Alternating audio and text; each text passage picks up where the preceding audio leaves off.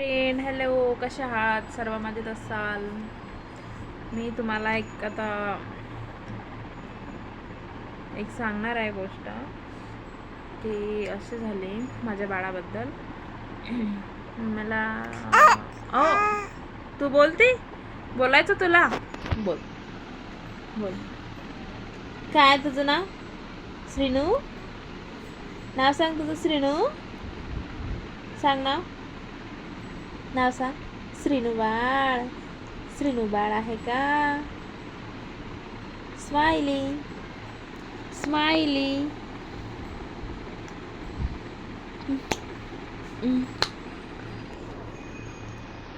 तर असं झालं आहे की तिला पहिले म्हणजे इन्फेक्शन होत होतं कशाचं तरी. आम्ही समजतो कशाची, इथं समोर कोंबड्या आहेत त्याची ॲलर्जी होते. हाताला म्हणजे असे फोड येत होते तिचे. हो सांगू नाही बोलत आहे मला. तर हाताला असे हाताला तळपायाला चिकल्या कशा होतात तसं पण पायावरती तसं होत होतं.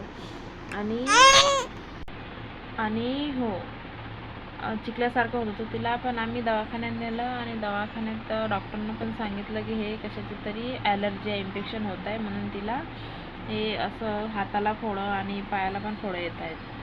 तर 4-5 दिवस आम्ही दवाखान्याचा इलाज केला. ते दबून गेलं आहे, म्हणजे चांगलं झालं आहे. आणि परत पुन्हा डॉक्टरांनी औषध दिली होती आणि मलम दिला होता. तर त्यांना ते बरं झालं, नीट झाल्यानंतर आम्ही औषध आणि मलम लावणं बंद केला. बंद केला मलम. तर 2-3 दिवशी परत तिच्या अंगावर असे फोड उठायला लागले, अंगावरती, पायावरती, पोटावरती. तर मग 1 दिवस झाला, 2 दिवस झालं. मग मी तिला आता माझ्या आईच्या घरी गावाला नेत होते, म्हणजे शेगावला नेत होते. आणि शेगावला सराफ डॉक्टरांकडे तिचा दवाखाना करत होते, कारण माझ्या पहिल्या मुलीचा दवाखाना पण आम्ही तिथंच केलेला होता, सराफ डॉक्टरांकडे. आणि त्या डॉक्टरजवळ म्हणजे फरकच पडतो आहे. तर मी तिला घेऊन जात होते, पण तसं काही झालं नाही. आणि हिचे पप्पा पण म्हणत होते की नाही शेगावला जाणार तर आपण बुलढाण्याला जाऊ. बुलढाण्याला एक हिरे डॉक्टर म्हणून आहे, पण तिथं कसं आहे, रात्री 1 वाजेपासून तिथं नंबर लावा लागते, रात्रीच्या 1 वाजेपासून. तर दिवसा कितीला उघडते अजून माहिती नाही, फक्त हे माहिती आहे की 1 वाजतापासून तिथं नंबर लावा लागतो. पण हे तर काही शक्य नव्हतं आमच्याच्यानं. तर आम्ही म्हटलं मी आता रात्री तर नाही जाणं होत एवढ्या दूर, समजा 50 किलोमीटर आहे आमच्या गावाहून बुलढाणा. तर एवढ्या दूर तर शक्य नाही जाणं, पण मी शेगावला घेऊन जाते हिला. आमचं सगळं रात्री नक्की ठरलं होतं की शेगावला न्यायचं म्हणजे न्यायचं आहे. पण माझी आजून सासू आहे, त्यांनी पाहिलं तर म्हणे दिसतात तर खरी तसं. पण अजून मी विचारते. परत श्रीनूच्या आजीला बोलावलं. श्रीनूच्या आजीनं सांगितलं की श्रीनूला हे काजण्या निघल्यात. तर काजण्या अशा निघल्यात की आम्ही त्या रात्री तिला मलम लावला होता, त्यांनी ते एवढं उतून आलं आहे की बस भरपूर उतून आलं आहे. आणि तेव्हापासून आम्ही तिचा इलाज केला, घरी पण केला आणि दवाखान्यात पण केला. आता 7 बार असतात त्यांचे, म्हणजे 7 दिवसाचे 7 बार. तर आज 6वा दिवस आहे, उद्या 7वा दिवस. म्हणजे नवरात्रामध्ये, आता बघा नवरात्रामध्येच ती जन्मली होती, नवरात्रामध्येच तिचा जन्म झाला होता. आणि तिला गोवर पण उठला होता. तो श्रावण महिन्यातच गोवर उठला. आणि बघा योगायोग कसं झालं आहे. आता नवरात्राच्या वेळेसच तिला काजण्या पण उठल्या आहे. म्हणजे कसं आहे हे अजून काही आम्हाला काही समजलं नाही. पण आता काही लोक बोलायला लागलेत की नाही हे देवीचंच आहे, तुम्ही जरा पाळा राखा. पण आम्ही काही एवढं हे करत नाही. हिंगलंय पण लेकराचा सवाल आहे, छोटं बाळ आहे अजून, तिला काही एवढं बोलता येत नाही, काहीच नाही. 11 महिन्याची आहे सध्या. पुढच्या महिन्यात तिचा बड्डे आहे.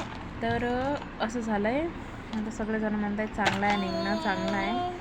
तर मी तुमच्यासाठी एक अशी गोष्ट कशासाठी शेअर करू राहिले की जेणेकरून तुम्हाला पण छोटं बाळ असेल तर हातावरती, तळहातावरती, पायावरती जर फुटकुळ्या येत असतील, त्याच्यामधून पाणी येत असेल तर डॉक्टरांकडे न्या. पण पहिले घरी कोणाला दाखवा की विलाज पण करा आणि घरगुती विलाज करा. कारण की लहान बाळाला एवढा त्रास होतो आहे ना, ते बोलू शकत पण नाही आणि सांगू शकत नाही की मला हा त्रास होतो आहे. कारण त्या काजण्यामध्ये एवढी आग होते ना. कारण माझं श्रीनू बाळ रात्री 12 वाजता झोपायचं, म्हणजे 11 वाजेपर्यंत खेळायचंच.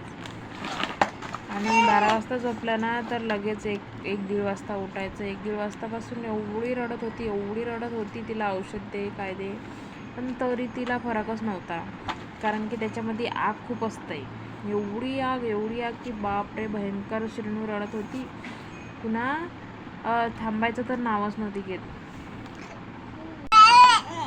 तिच्यासोबत आम्ही खेळत होतो, म्हणजे दूध प्यायचं का हे ते सगळं काही करून पाहिलं, पण नाही रडायचं थांबायचं म्हणजे नावच नव्हती घेत.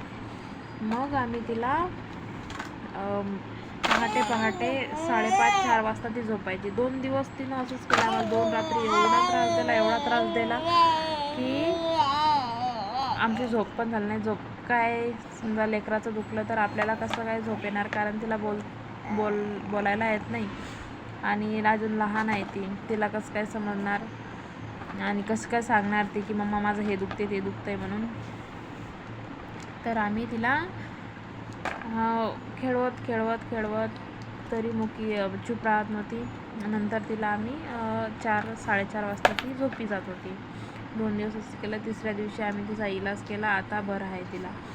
म्हणून मी असं सांगू इच्छिते की बघा, डॉक्टरांकडे तुम्ही न्याल तर ते काजण्या समजा बसून जातील, पण ह्या निघणं आता म्हणजे लहान मुलांना निघणं खूप महत्त्वाचं आहे. कारण की म्हणजे एक बार त्या निघतच असतात कधी पण. आणि म्हणतात ना की आंब्याच्या घाती म्हणजे उन्हाळ्यात जास्त करून निघतात. तसं आता काही नाही राहिलं, जुनं काहीच नाही राहिलं. तुम्ही बघा, आता पहिले म्हणत होते ना जुनं ते सोनं, पण आता तसं काहीच नाही आहे. तुम्ही इलाज करा, दवाखान्यात न्या, दाखवा, पण घरगुती पण इलाज करा. एखाद्या म्हाताऱ्या माणसाला दाखवा की हे काय होत आहे, बाळ रडत आहे. पुन्हा मी सांगते तुम्हाला, अशा मच्छर चावल्यासारखे फुटकुळी येते आणि त्याच्यामध्ये मोठं टेंगूळ येते त्याला आणि त्याच्यामध्ये पाणी होतं आहे. तर पाणी जर झालं तर समजून जायचं. पहिले बघा, तळहात, तळपाय, पुन्हा पायावरती, पोटावरती, टोंगळ्यावरती, सगळ्या अंगावरती होतात, चेहऱ्यावरती पण होतात. पण आम्ही लवकर इलाज केल्यामुळे श्रीनूच्या जसं चेहऱ्यावर नाही आहे, पण पूर्ण अंगावरती तर आहेतच. आणि श्रीनू तशी पण गोरी आहे ना, तर ते म्हणतात ना काळे काळे डाग उमटतात त्याचे, तर तसं तर तिला अजून काही झालेलं नाही आहे. आणि आता तिचा 6वा दिवस आहे, आज उद्या 7वा. आणि हो बघा, मी तुमच्या संग माझ्या मुलीला झालं म्हणून मी तुम्हाला शेअर करत आहे की 7 दिवस तिची आंघोळ नाही करायची. 7 दिवस आंघोळ नाही करायची. 8व्या दिवशी तिला आंघोळ करायची. ते कसं मी तुम्हाला पुढच्या व्हिडिओमध्ये सांगणार आहे. आणि हो, काजण्या झाल्यानंतर घरगुती इलाज काय करायचा ते पण मी तुम्हाला सांगणार आहे. तर चला, बाय बाय. पुढच्या व्हिडिओमध्ये आपण भेटू. तर थँक्यू. बाळाची केअर घ्या आणि तुम्हाला जर छोटे लहान मुलं बाळं असतील तर त्यांची तुम्ही एवढी केअर घ्या की हे आता सध्या लहान बाळांना निघणं खूप महत्त्वाचं असते. पण जेवढं लहानपण निघालेल्या आहेत काजण्या तेवढ्या चांगल्या असतात. आणि हो बघा, ज्यांच्या घरी लहान बाळ आहे त्यांना तर समजतेच कसं असतं आहे. म्हणून लहान बाळाचं हे घे ते घे, ॲलर्जी बनून जाऊ नका, ॲलर्जीवरती जाऊ नका.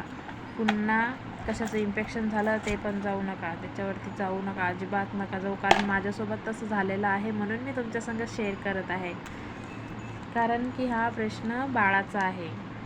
तर थँक्यू, धन्यवाद. सर्व मजेत राहा, खुश राहा, बाळाची काळजी घ्या. Okay, bye bye.